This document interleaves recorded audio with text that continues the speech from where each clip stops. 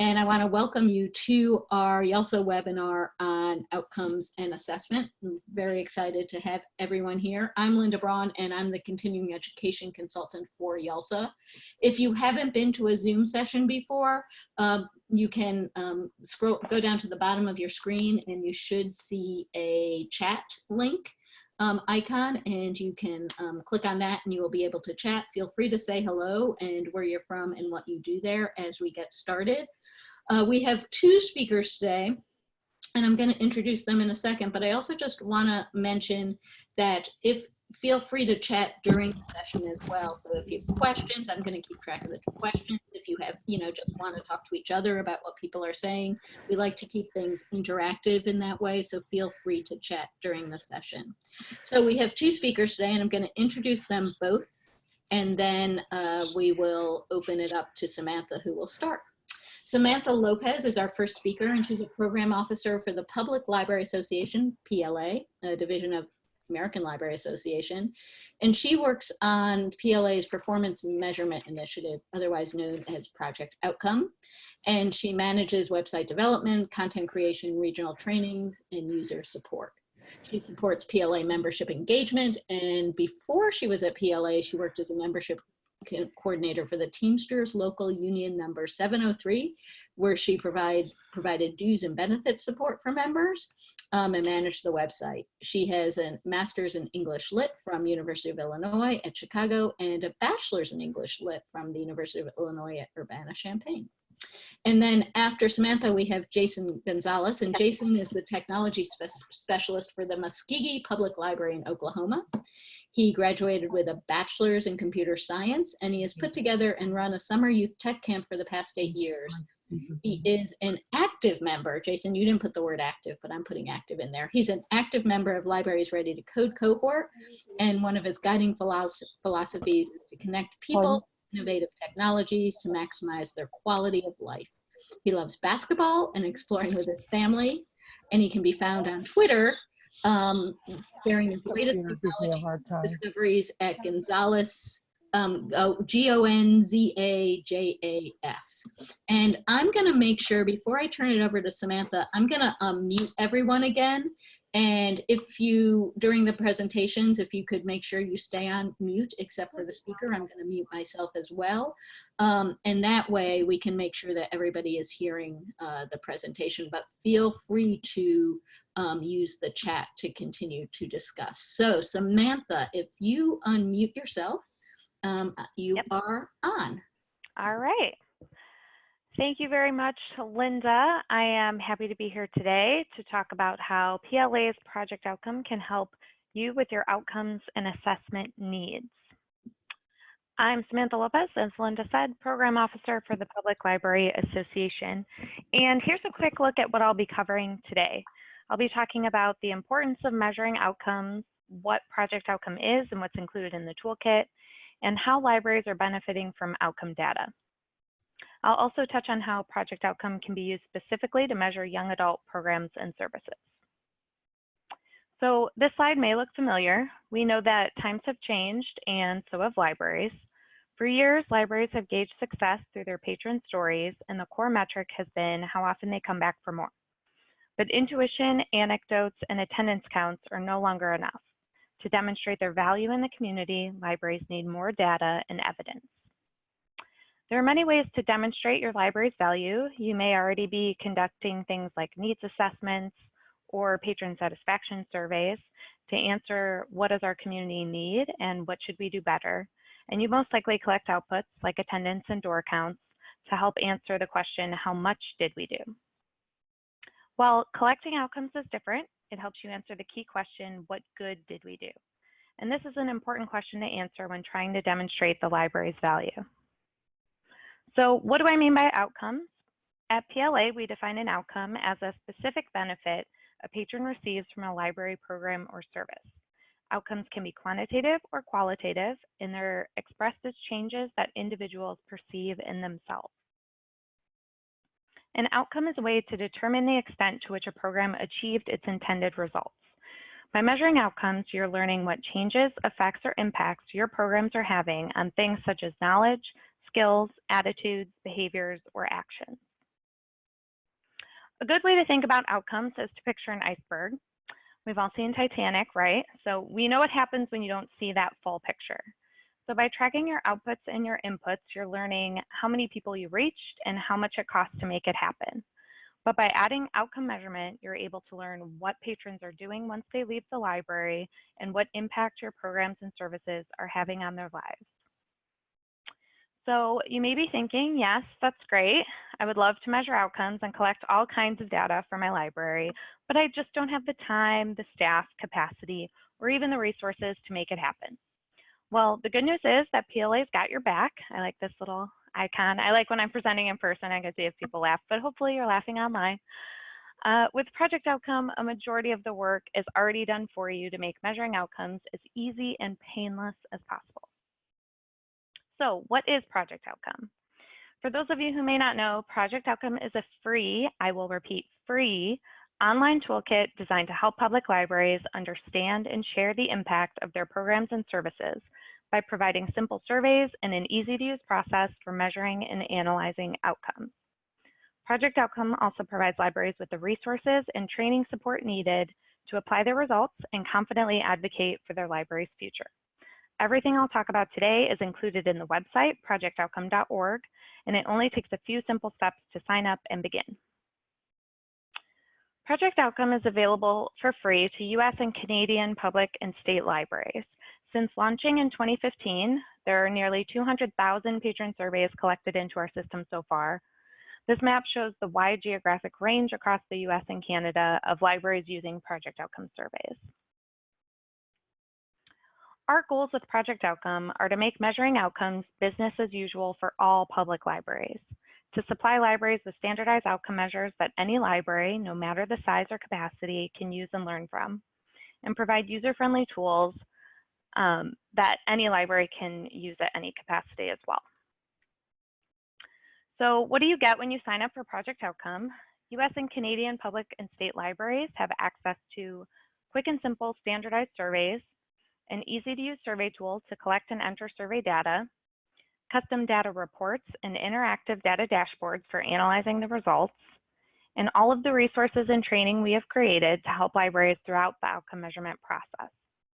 We've heard from our users that the combination of the ready-to-go surveys and the easy-to-use tools really help library staff save time and energy in planning their data collection, leaving more time for decision-making and advocacy once the results are in. I know Linda mentioned to me that we may have some non-public library users on the webinar today, so I wanted to include that international public libraries or any other type of library user or consultant can sign up for free, and you will have access to the standardized surveys and you can adapt them for your own use. And you'll also have access to our free resources and training materials. But you will not have access to the survey or data visualization tools at this time. So that's restricted to the US and Canadian public and state libraries have access to the tools that I'm about to demonstrate. Project Outcome standardized surveys enable you to measure both quantitative and qualitative data consistently across a variety of programs. All of the surveys measure 4 key patron outcomes: knowledge, confidence, behavior change, and awareness, as well as 2 open-ended questions to get the most out of your patrons' feedback. What did they like most about the program, and what can the library do to improve? These open-ended questions have been invaluable to libraries. Here is where they gain the most insight into their community's wants and their needs. There are 7 survey topic areas to help libraries measure a broad range of programs and services. We have surveys for early childhood literacy, digital learning, education and lifelong learning, civic and community engagement, job skills, economic development, and of course, summer reading. We have 2 types of surveys you can choose from as well. The immediate surveys are designed to capture patron-reported learning immediately following the program. These surveys are the easiest for libraries to use because you just hand them out at the end of a program or series. Here is a snapshot of what our education and lifelong learning survey looks like. You can see that it is very simple for patrons to complete and captures if patrons learned something helpful, if they feel confident about what they just learned, if they intend to apply what they learned, and if they're more aware of library resources and services as a result of the program. The follow-up surveys are designed to capture patron-reported behavior change once the patron leaves the library. So these require the library to follow up with patrons, so they are more time-consuming, but they'll provide some heartier data. So instead of asking patrons how they feel, like the immediate surveys do, follow-up surveys ask whether or not they actually applied what they learned. The Education and Lifelong Learning Immediate Survey is generic enough to be used in almost any program, and it's the topic typically used when libraries are measuring young adult programming. So here are just a few examples of programs I pulled from our Education and Lifelong Learning dataset. We see libraries are measuring programs like homework help and ACT prep classes, reading and writing programs, community engagement projects, and job skills courses. So these are just to give you an idea of what's already happening in our system with people measuring young adult programming. Once you've created a project outcome account, this is what your homepage will look like. As you can see, you have quick and easy access to our survey management tools, data dashboards, training resources, our peer discussion board, and our news and events page. So everything is really simple and easy to navigate. We have a ton of resources on the website to help you, from getting started to best practices for data collection to taking action using your results. If you are completely new to Project Outcome, I highly recommend reviewing all of our tutorial videos. They'll walk you through each tool in depth and are great for getting started. This is a snapshot of what the survey management tool looks like once you get started creating some surveys. Here's where you create and access all of your surveys, customize your program information, track things like attendance and response rates, enter your paper survey data, download your raw data in Excel form, and view your past surveys. There are also filters to help you easily manage and sort through your surveys and data. So this is the nice thing about Project Outcome. Everything lives in one place. It's all housed and stored for you and very easy to get. And then we have these ready-made reports and visualizations for you as well that I will show in a couple slides. The survey tool will also allow you to put some customization on your surveys. So they are standardized, but you can add things like your own logo. You can add the program name and date, any intro or thank you messages. So if you want to give some context to the learning of the program, you can do that on the survey. And then we also allow users to add up to 3 additional questions of your own. So if there are certain questions that you just have to ask, you can also add them to the standardized surveys. Once you're done, it's super easy, a couple steps to add that customization, and then your survey is ready. We have PDF, paper versions of the survey, and then you also have an online version of the survey. So each survey has a unique URL that you can copy and paste and email to patrons, or just have it up on a computer. If it's a computer course, super easy to just have the URL ready to collect those online responses. We also have, all of our surveys are also available in English, Spanish, and French Canadian. Once you have data in the system, the reports and data dashboards will automatically populate with all of your results. So here are kind of the bells and whistles of using Project Outcome. We've done all of the work for you by creating ready-to-use reports that provide snapshot percentages of your outcome scores and comparison averages at the state and national levels, as well as some program detail information and community talking points. So these are great communication tools for libraries because they're ready to go, and they can easily be shared internally with staff or externally with stakeholders. And you can customize the reports as well. You can roll up data by survey topic, all the programs under one survey topic, or you can narrow down to just a single survey that you did for a single program on a single date. I included this slide as a shameless plug. I came across this Facebook conversation today. Someone sent this to me, and I wanted to include it to show a real user example of how libraries are utilizing our ready-made reports and sharing them with their board and county commissioners, even their legislators. So I wanted to include this because it was sent to me today, and I thought it's a really good example that I'm not just making this up. People are actually using these reports and sharing them externally. We also have these great data visualization dashboards, so you can filter and sort your results for deeper analysis and start to see trends in your data. The overview dashboard provides aggregate scores in each survey topic and outcome type. You can also see quickly how your scores compare at the state and national levels. The matrix dashboard is interactive. You can kind of hover over and sort and filter through your data, scroll over results to see where your strengths and weaknesses are in each category. It's much more fun to get in there and play around. It's not as exciting as a screenshot in a PowerPoint. So once you get started, enter that program data, go in, play around with your data dashboards, and you'll start to kind of be able to analyze and see where those strengths and weaknesses are.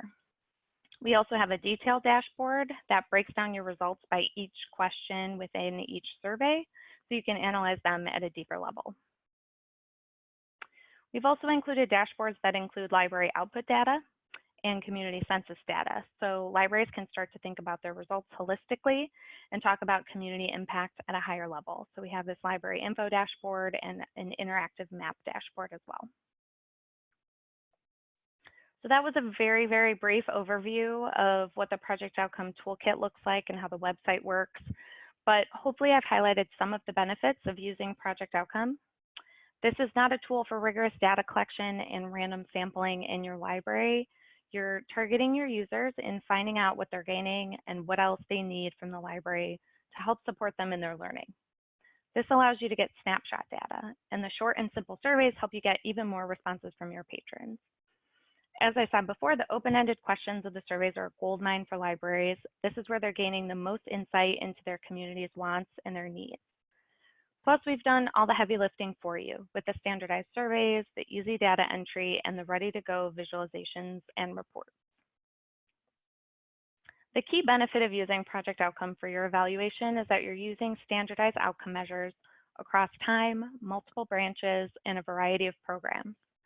So while your programs and audiences may be unique, by standardizing the outcomes, you're able to talk about your impact across the board, which then allows your results to be aggregated with state and national data sets for comparison's sake, but also to talk about library impact at a national level.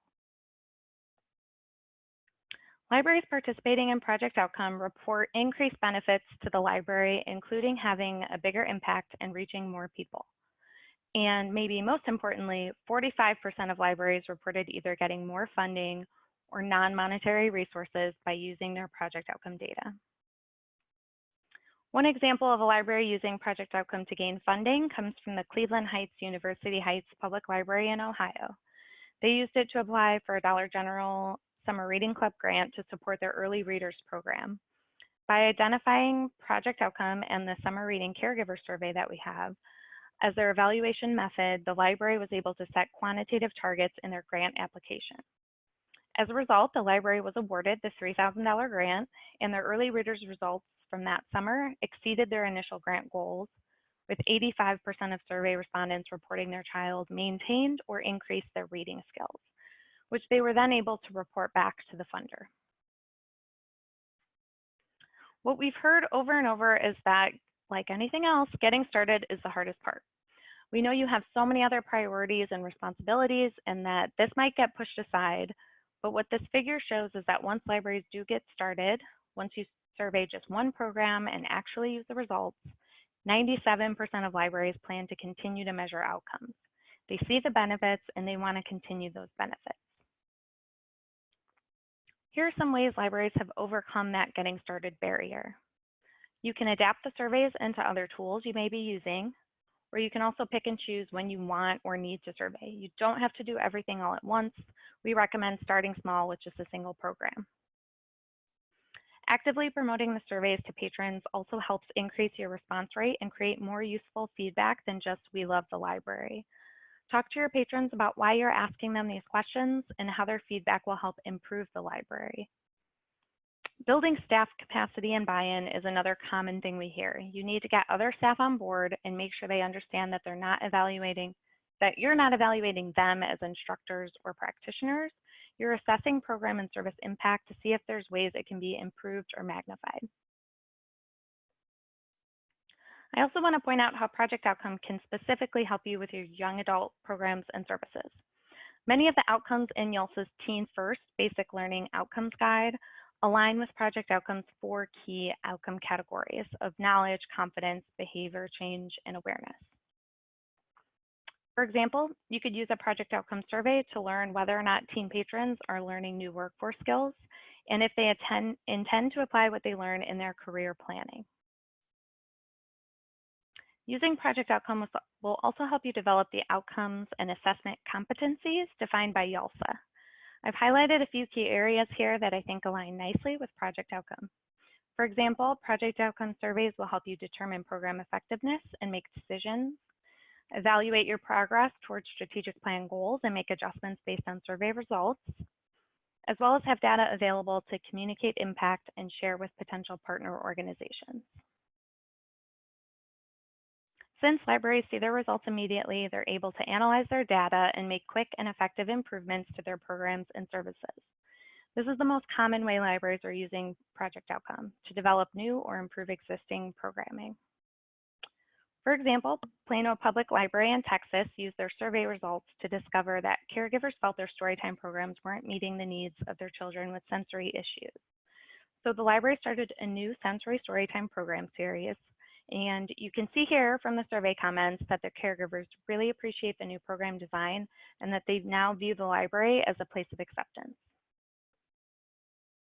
Many libraries have also been able to use the positive results to reinforce their value in the community. They've been able to use the summary reports and the data dashboards to give a clear and concise message about their patron impact. They're increasing their transparency and changing the way they talk to patrons, internally with staff, and externally with their library boards and community stakeholders. For example, the Atlanta Fulton Public Library widely shared their summer reading survey results with their friends group, library board, and to the businesses that donated summer reading prizes. They shared photos of the kids thanking the businesses, which of course the businesses loved, and ended up sharing through their own social media channels. And because of this, the library anticipates doubling their local business prize donations next summer. They also included survey comments in their Library Foundation newsletter, which goes out to library donors. Collecting outcome data also provides a baseline for starting partnership conversations and helps strengthen existing partnerships. For example, workforce development and small business creation and growth is a high priority for Pima County, Arizona. In the library's quarterly updates to the county, as well as their recent annual report, they included evidence of outcomes and anecdotes provided through the project outcome surveys. As a result, when the Career Center asked the county for more money, instead, the county administrator suggested they partner with the library, who was already doing great work in this area before giving them any funding. What resulted was a new collaborative effort between the Career Center and the library to provide youth with work experience as well as college and career readiness programming. The year-round program addresses all aspects of teen development, from academic goals to social and personal interests, and combined with the Career Center's efforts to provide employability skills training, it helps create pathways to college, career, and entrepreneurship for these teens.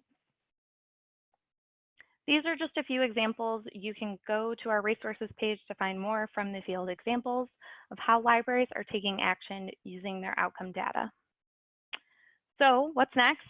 Sign up for free at projectoutcome.org, review our resources, get started and create a new survey, and engage with others on our peer discussion board. If you have any questions, please don't hesitate to contact me at info@projectoutcome.org. And that's it for my slides. So now I will hand things back over to Linda. Hi, Samantha, thanks. That was quick and awesome. We've had a couple of questions, and before we go to Jason, I'm wondering, have you seen one of them? Rachel just asked about, what's the word you used, Rachel? Stamina. That like once people do the surveys, actually implementing, analyzing, and then implementing change or whatever based on the results. Rachel, let me know if I'm saying this right. Is not always attended to. So do you have any thoughts about that? So you do these surveys, you get all this great information and thinking about outcomes, but then sort of the follow-up fizzles. Any thoughts about that, Samantha? I know that happens. I know there's typically a lag we see in people hearing about project outcome, getting excited, signing up, and then there's a lag in actually starting to implement the surveys. So I'm sure just like that, there's a lag in doing something with the data. So we try to provide as many examples as possible of how libraries are using their data, because I feel like that's kind of universal. Everyone wants to know how or what other libraries are doing, get examples from other people. So we do pretty regularly. We have free webinars, which always have a guest presenter on to talk about how they're implementing what they're doing with the data. We have our case studies on our website. We have all of our webinars archived as well. So I think it's just getting started, like I said, is the hardest part. But then what we've also heard is once people get results in and actually go through and analyze results and read through those comments, they are motivated to make changes. They're motivated to share with their staff, especially because you're targeting people who are already coming to the library. So you're most likely going to have really positive feedback that you could share with your staff to kind of invigorate them to keep surveying. And then, like I said, some of the examples I already shared, people are gaining funding. There are results to using your outcome data. So I think it's just providing as many examples of that as possible to keep people motivated. That's great. Thank you. And Rachel just said, it seems like there's a culture change. And I'm also thinking people you say it's hard to get started. And I was thinking, it's rethinking your time, right? So you have to take the time to get started. You have to take the time to figure out what survey questions, et cetera. And then you have to take the time to do the analysis and next steps. And that's not necessarily what we're used to, I guess. Exactly. And as much as you can pre-plan for that, setting a survey schedule, timing out when you're going to be surveying programs, maybe do it quarterly. Make sure you know when you need the data. If you're going to share it with your board, that have those timelines set. As much as you can get volunteers recruited to help enter paper survey data. We know that's kind of the most time-consuming part, going in and entering paper surveys. So if you have volunteers on hand who can help with that, just that planning and thinking ahead of time and being strategic about what you're measuring, knowing what you're going to do with the results before surveying. Otherwise, why survey? So that's awesome. And Maggie is asking, are the results anonymous? Are there ways responses can include contact information for feedback? Yes. So all of our surveys are anonymous. They do not ask for any contact information on the survey, and we recommend that libraries don't ask any additional questions that require contact information. We do have those follow-up surveys that I touched on.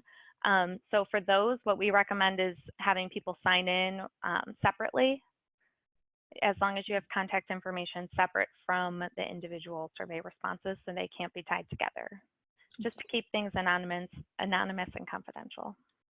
That's great. All right, I'm gonna move on to Jason, who's gonna take us through a logic model. And that's another way to think about, I think it ties in perfectly with this, with what you're trying to do and where you want to go with what you're trying to do. And Jason, as a member of the Libraries Ready to Code cohort, developed this logic model, and people in the cohort were like, oh my gosh, that's amazing, Jason. So, Jason, are you ready? Yes. Okay. Okay. So one thing, listening to Samantha. Yes, Samantha. I'm looking at the chat and I'm like, I knew it. So Samantha's, one thing that we have, I have a degree in computer science. So one thing that we use in the computer science term is that months of coding can save hours of planning. So that's kind of our ongoing joke, and that's what I kind of impart with our kids, because I run some coding camps and clubs, is that, planning, you do a good plan, or just even some planning, it's going to make everything else so much easier. So I make sure, especially in our film camp, to emphasize, hey, we're going to make a short film, but if you plan it out, and you don't have to have a script and this, that, and the other, but just a basic outline. Where am I going to shoot? What is my story? What's the beginning, the middle, and the end going to be? It makes that project just so much faster to complete. And so, segueing, let me go ahead and share my screen. I'm going to talk about logic models, and it's right here. Okay, and share.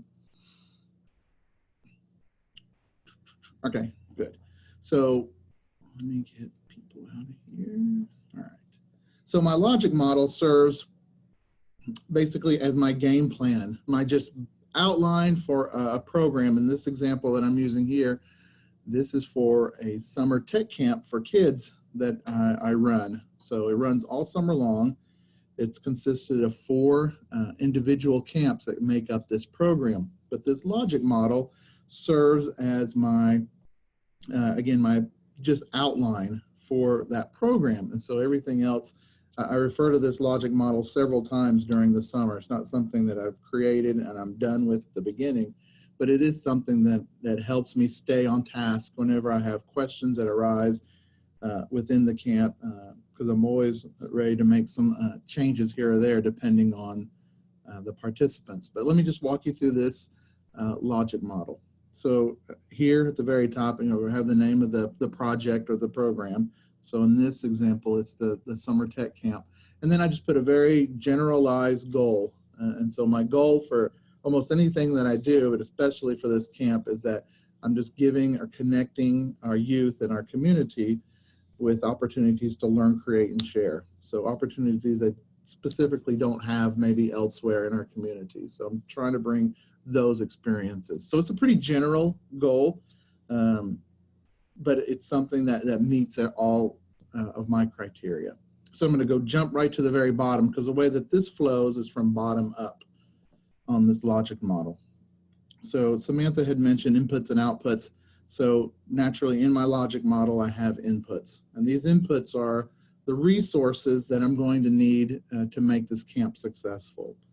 So this is something, again, just very generalized. I know there's a lot written here, but it's just a general idea. If someone were to come and look at this, these are the minimum, or these are the resources that I need to run this camp. So I have, for this particular program, I'll have different headers. I have, staff listed here, money, time, volunteers, and so on, all the way through funders. And then I just list just generally what I need as far as my inputs. Again, those resources that are going to go into this program.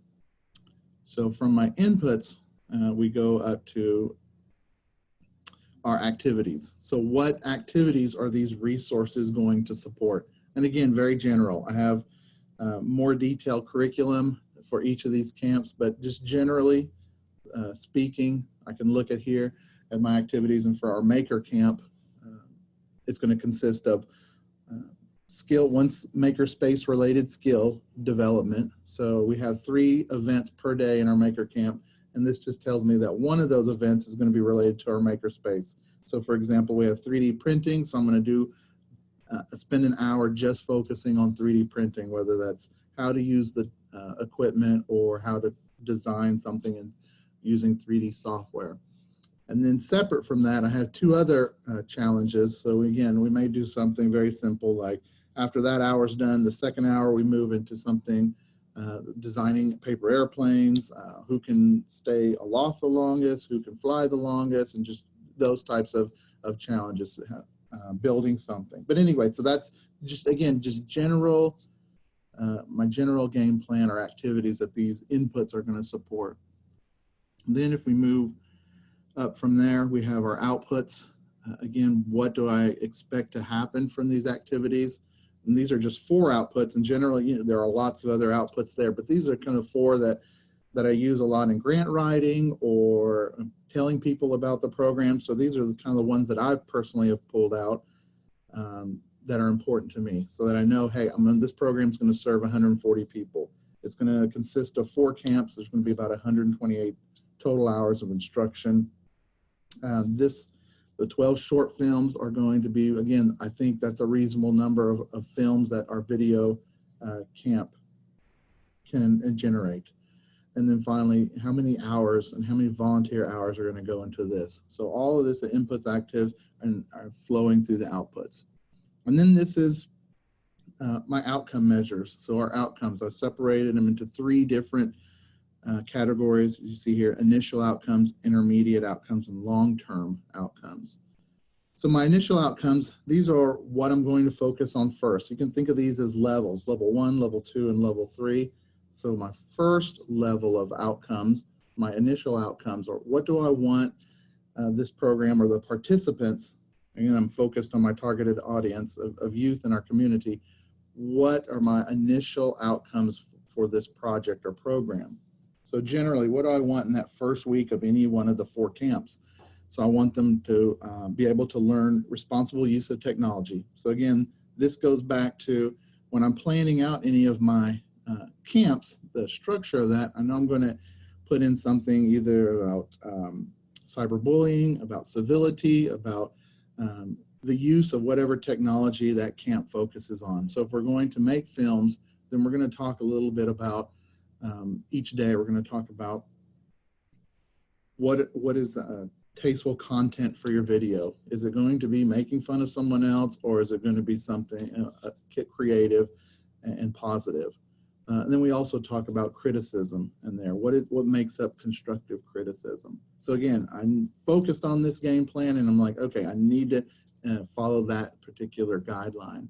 And then the other 2, self-explanatory. I'm going to teach them in that first immediately how to use the technology. So whatever programming platform or coding platform, how do we interact with that platform? So I do that with challenges. So I was like, okay, I need to specifically focus on simple exercises. And then finally, the third outcome or initial outcome will be how to use to create media. So again, if they're making a game, which our coding camps are surrounded by video game theme, they're going to learn how to interact with that coding platform, and then they're going to learn how to create what makes a video game a game. So the rules there for dictating what a game is. So they learn how to interact with that platform, and then they're going to learn how to put it together to create a complete project.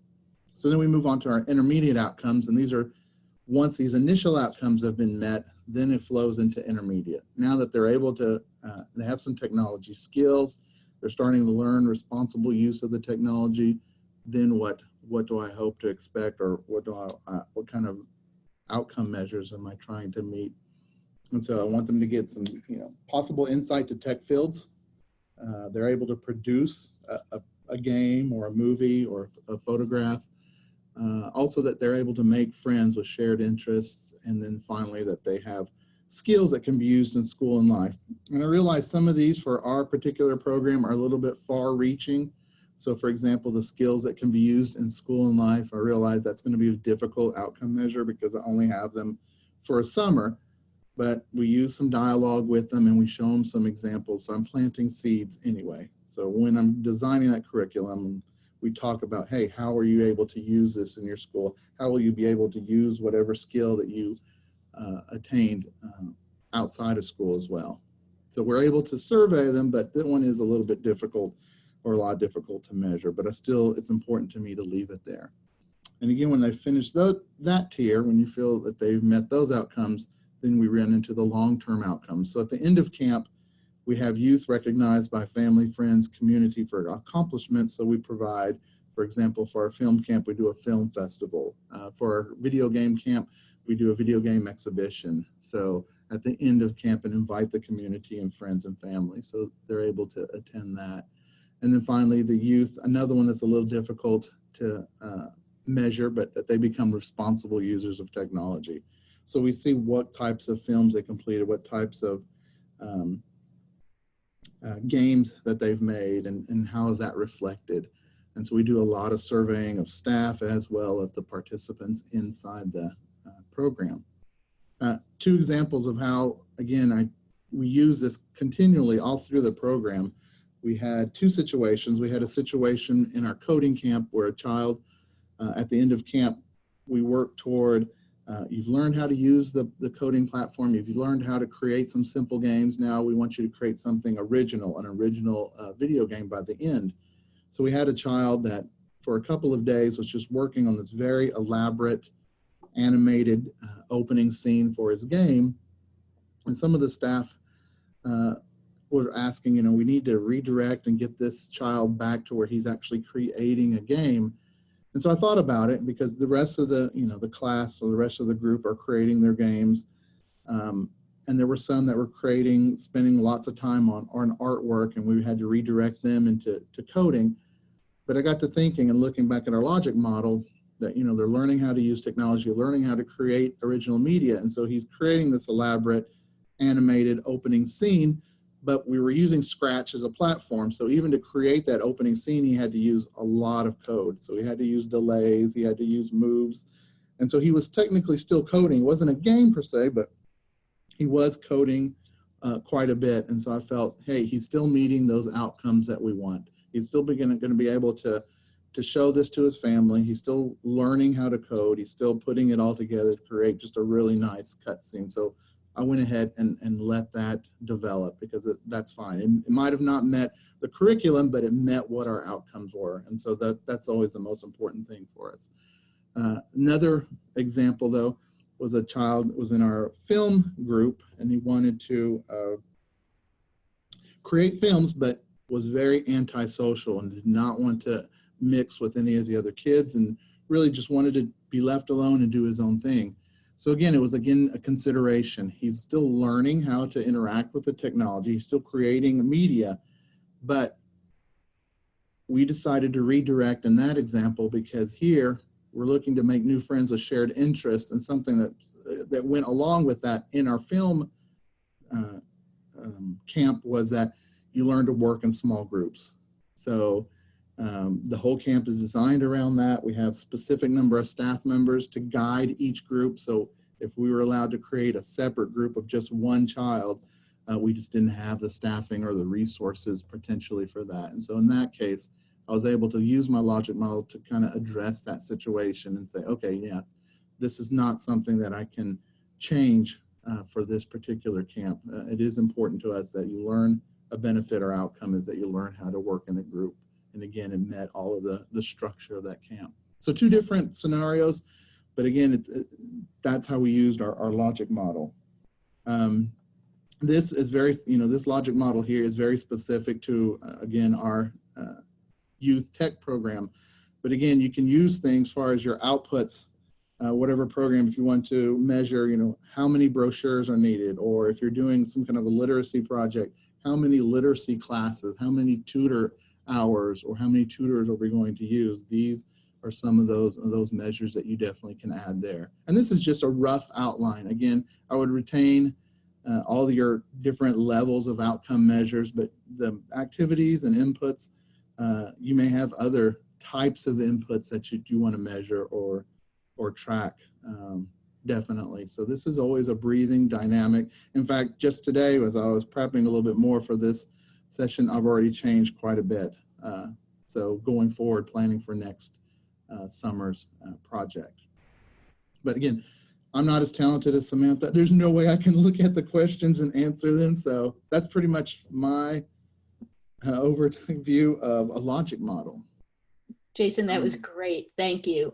People were saying, oh my gosh, this is great. And so you will make sure that I have, because the copy of this I have is a different version. Will you make sure that I have a copy of this that I can send out to everyone? That's definitely awesome. Yeah. And so people are really excited about this and thinking about how they might use it, and they really like the model. So one of my questions for you actually is, do you do this for all of your activities? I'm curious, like how often you do this, and if you think about it as you're starting planning. Am I putting you on the spot with that question? No, yes. To go back to my first words, yeah. Again, in the computer science world, we're terrible about just jumping into coding and not planning. So yeah, this is the only program that I use that logic model for. But I have considered, because the program is so unique in that it's made up of 4 different camps that are really individual camps, but for funding purposes, we package it as one program. So I've even considered breaking it out into 4 different camps, 4 different logic models for each camp. They are pretty similar outcomes, they're just slightly different because there are different camps. There are photography camps and a coding camp. So you are going to have some different measures.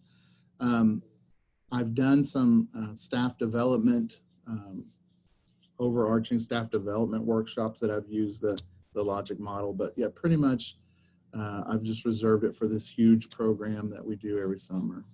But definitely you can make a smaller logic model just for a particular program that you're running. Yeah, I think if we if library staff get in the habit of doing them all the time. But that also, and Rachel, I haven't forgotten your question. That also makes me wonder about, Samantha talked about it's hard to get started with like project outcome, and how hard was it to start with this logic model? Well, in full disclosure, I attended a multi-week outcome measures class for nonprofits. And so we learned about this logic model, about building and designing one. So the time was set aside for that, to attend that class and go through those activities. So yeah, I'm sure for my personality, it would be incredibly difficult to sit down and create some planning. But yeah, I went through the class. It was a part of that class, and the value of it has been great. But again, it's something that I preach to the choir for the youth. Like, you've got to plan your coding games out. You've got to plan your films out, and it will make everything run so much simpler and smoother. And I have used the logic model. I was lying. I have used the logic model for my Ready to Code project, which was the summer camp and a coding club. So yes. Right. Great. And one other question before I ask you Rachel's question. Do you have a blank version of that template? Yes. Okay, so will you send me that too? Definitely. All right, great, because a couple of people are like, we just want to use this and fill it in ourselves, which makes total sense. So Rachel's, oh, go ahead. Were you going to say something? No. Okay.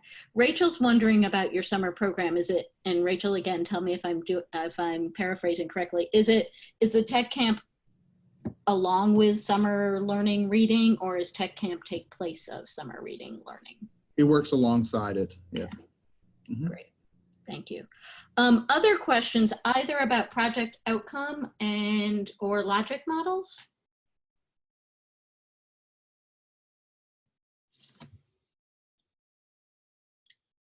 Gail's saying she's hoping she's going to use this in her training.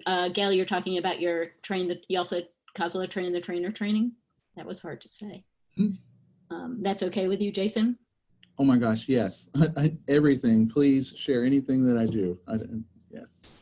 Great. Other questions about either?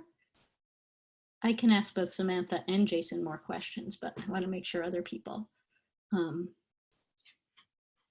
get to ask questions. All right, so I'm wondering that something that came up, Samantha, when you were talking was about teens taking surveys, and Jason responded a little bit, but have you heard of any, and I think maybe that was that your survey fatigue, which I didn't get to read through, mm-hmm. But can you speak a little bit more to that about how to help people feel comfortable taking the surveys and actually answer them effectively? Does that make sense? It does make sense. And we have heard from libraries that teens are probably the hardest audience to get to fill out a survey.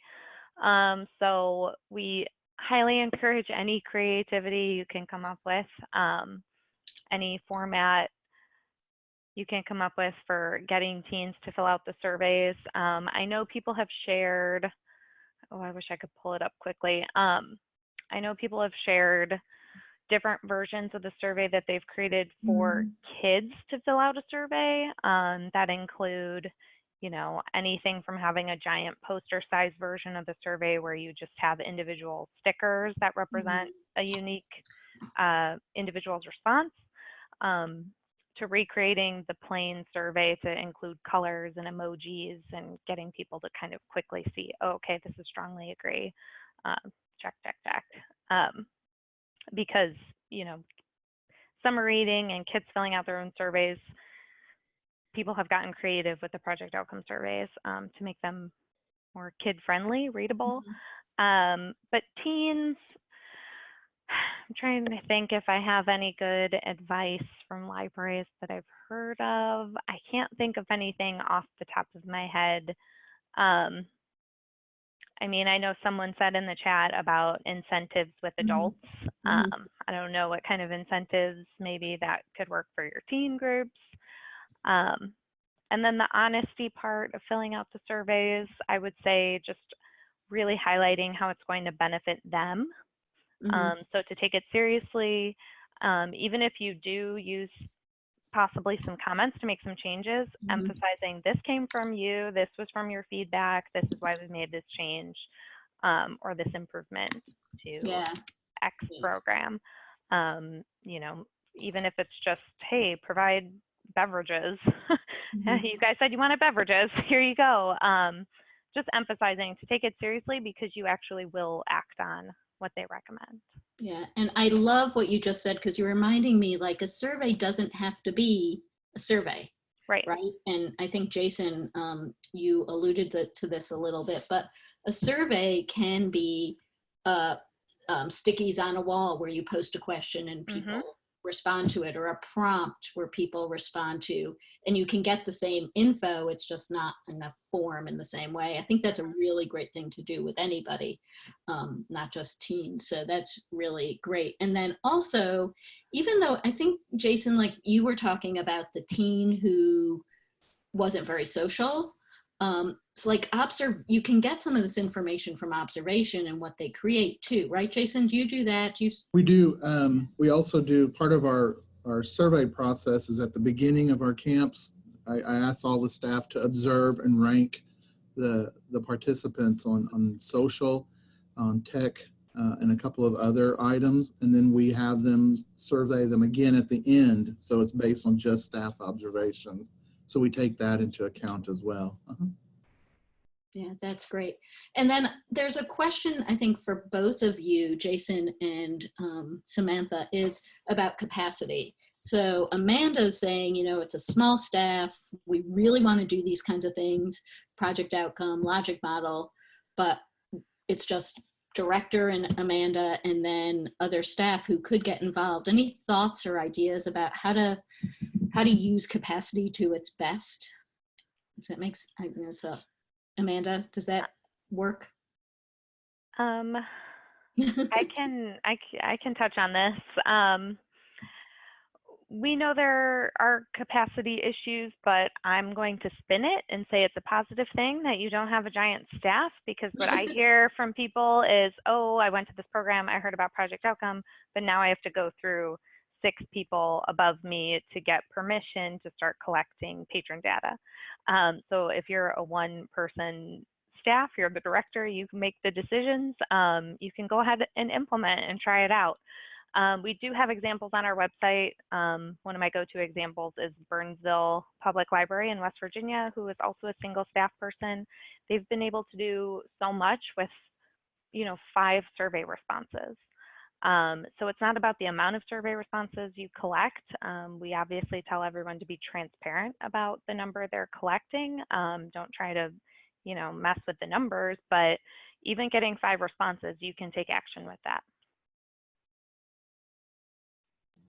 I think also for I manage just our IT staff here for our public library, but I constantly remind them that I didn't hire them to babysit an area or just follow some tasks. I valued their input into the IT department and going forward, our technology. So I'm using each of I tell them that I value them as a resource. So then I also try, which is a challenge, but there's lots of tools for collaboration so that we're not just regulated to a meeting, that we do some collaboration, especially with Google tools like Google Drive.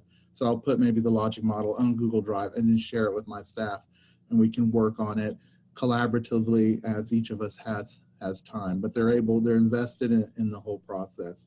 But again, it's a good time to live in as far as collaborative tools. There's a wealth of them, and they're free to boot. That's awesome. Lauren, that's a really interesting question. Are you asking how to bring outcomes and logic model kinds of ideas so that your teens can build these surveys, logic models, etc.? I think that's really interesting and could be a great way to help them see all of this. So do I have the right question, Lauren? And then if that is the right question, Samantha or Jason, ideas on how to bring teens into this work for developing outcomes, assessments, logic models. I love that. Having the teens themselves create the outcomes. I don't have a good example, but we do have resources on the project outcome website. So we have what we call our outcome measurement guidelines, and that is to help libraries who either have a specific reason where our standardized surveys don't meet their needs, or they're going above and beyond our standardized surveys and they need to do things like measuring outcomes over time and benchmarking. So we have all these resources on there, and one of them is how to write your own outcome question. So that could help. It's a really simple worksheet that teens could look at and understand what we mean by outcomes, and then help them identify outcomes for their programming. You can also do it through, if you have a teen advisory board, sitting down and having that board, helping with the planning and developing. So you can do it with that. We also do it with teen volunteers. So the teen volunteers are people that have graduated from my program, from the summer program. They've aged out, but then they come back and help. And so they're treated as staff as far as planning goes. So they're in on any challenges that we may have. We go over the logic model and again, get input from the staff, but they are actually part of that staff for that particular program. So that's how we handle that. Thanks, Kathy. Any other questions about logic models, outcomes, project outcome, any of those kinds of things?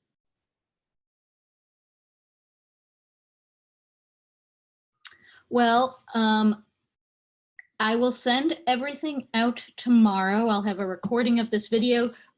Samantha, if you send me your slides, Jason, if you send me those things, I will add them. I will get the video posted and all of the related materials posted tomorrow. If you would like a certificate of attendance, you just email me, and I'll put this in the email that goes out tomorrow, and I will get you that as well. And then our final webinar in our competency series is next month on December 13th. And it's the topic is continuous learning, and I'm really excited because we have Corey Rawson and some of her students who just published online a book called Instruction and Pedagogy for Youth in Public Libraries. And it takes all these kinds of things we've been talking about over the past 10 months related to the competencies. And actually, I'll put the URL of the book so you can see it in the chat. So that will be next month on December 13th. And just as a little teaser, we have been doing these free webinars over the past 10 months and have had a lot of good feedback.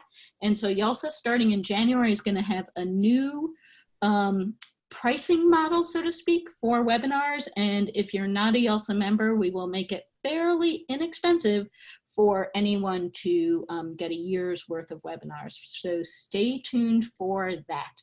Thank you all for being here today. Thank you so much, Samantha and Jason. I think there's a little positive brain explosion going on, which is always wonderful to have, and hope to see some of you next month. Bye, everybody.